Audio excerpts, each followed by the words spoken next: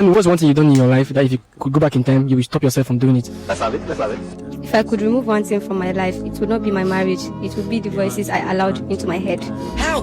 I met my husband when he had nothing, no money, no cars, just me and him, and peace of mind. We used to sit outside in the evening, laugh, gist. Back then, I used to say, as long as I have you, I'm okay. And I meant it. Or at least I thought I did.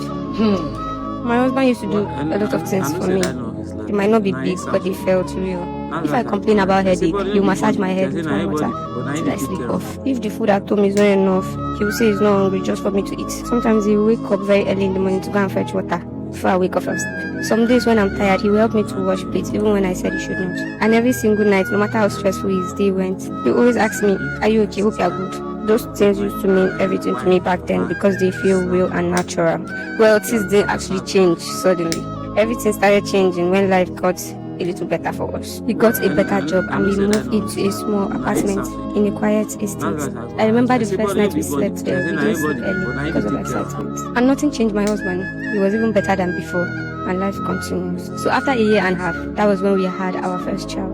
My husband would carry the baby like it was the most fragile thing in the world. Sometimes I'll wake up in the night and I'll see him watching the baby. He was not a perfect man. He forgets dates sometimes. And in fact, my husband doesn't know how to surprise like all those Instagram husbands. But he was always present and that was all that mattered.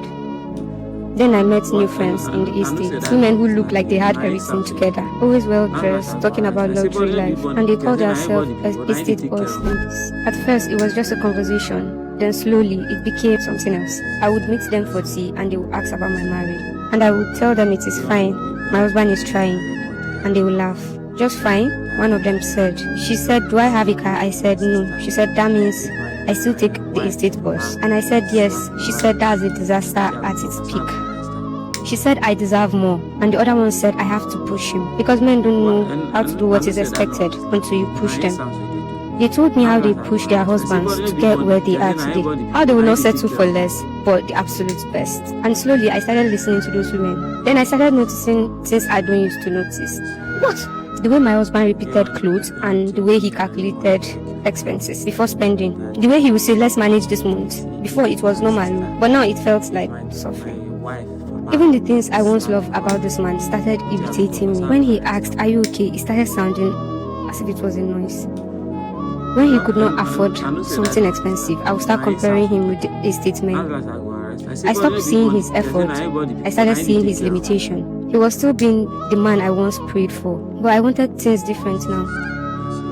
I remember the first time I disrespected him publicly. We were at a small gathering when someone made a joke about men who could not buy expensive things. And I laughed and said, "Some people here need to be ashamed of themselves." Then I looked at him. People understood and laughed, but he did not laugh. That night, he did not talk. He just asked me one question. "Do you still respect me?" But I didn't answer him, because in my mind, I feel justified. My friends told me about this reaction.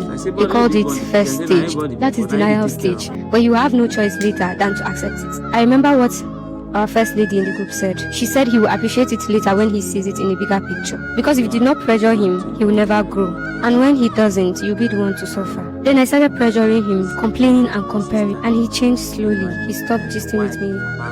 Well, I was not bothered because according to the estate boss lady, she said that was the first stage and the second stage. Until one day when everything broke. That day, I don't know how everything got bad. I could have controlled everything, but I didn't. It started like every other argument. I kept talking about money and how he's not doing enough. But this time around, he didn't keep quiet. He looked at me tired and said, "When did you become like this?" And I felt attacked. And I said, "Like what?" He just shook his head and said, "We used to be okay." What changed? I laughed, but it wasn't even funny. You call this life okay? Always watching others live better and you're here talking about okay.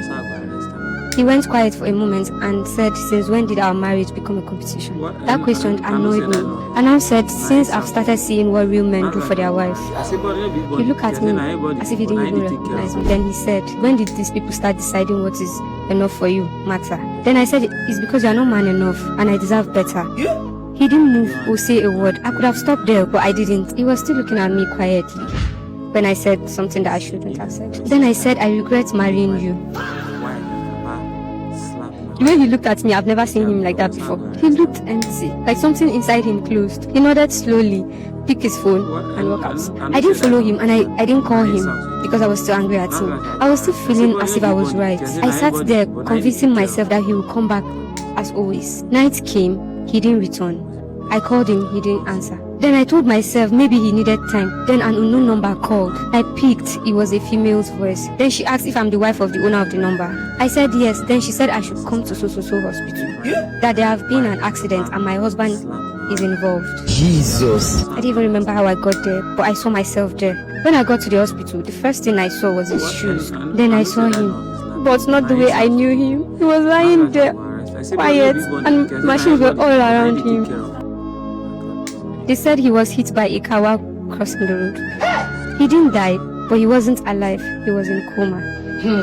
I sat beside him every day holding his hands, talking to him, crying, begging him that I didn't mean what I said, but no response. Days passed, weeks passed, and then one morning, then the doctor called me aside and said, "I'm sorry, ma, we did our best, but we couldn't save him." That was it, just like that. I stood there empty. Because the last full conversation I had with my husband was me destroying him with words. If I had protected my peace instead of chasing what is not mine, my husband would still be alive. Now let me tell you what I learned in my story that was too late for me. Carry on. People will sit with you, laugh with you, advise you, and still be the reason your home will break. That is how human beings are. Those same women, the ones that told me I deserve more. When everything scattered, when my husband was fighting for his life, everyone disappears. None of them came, it was just me and the weight of my own words. And when he finally didn't make it, I didn't just lose a husband. I lost the only person who truly stayed. And after everything, life didn't pause there. Reality came immediately. Bills, responsibility, and a child asking for a father I can never bring back. And that is it that made me feel like I wasn't enough. I was evicted when I couldn't pay rent anymore. And the same people who made me destroy what I had, none of those so-called boss ladies could do anything for me. None of them offered support. That was when I understood something. Not everyone that speaks into your life that is speaking to build you. Some people are speaking from emptiness. Some don't even know what they have, so they will never recognize what you have. While some are projecting their own dissatisfaction. Marriage is not a competition ground, and definitely not something you will compare. It is in the person who stays with you even when life is not perfect. I had that, then I traded it for a life that is not even real. Now I am here raising my child alone, doing everything what we are supposed to do together all by myself. And the hardest part is not just the struggling, it is knowing that I had peace, then I destroy it with my hands. If you have something real, protect it. Don't allow outsiders to define it. Don't allow too many voices to enter something that is yours. Because the truth is, those people that are praying will not be there to carry your pains when it falls apart. I learned the hardest way, so I wish you to learn from my mistakes.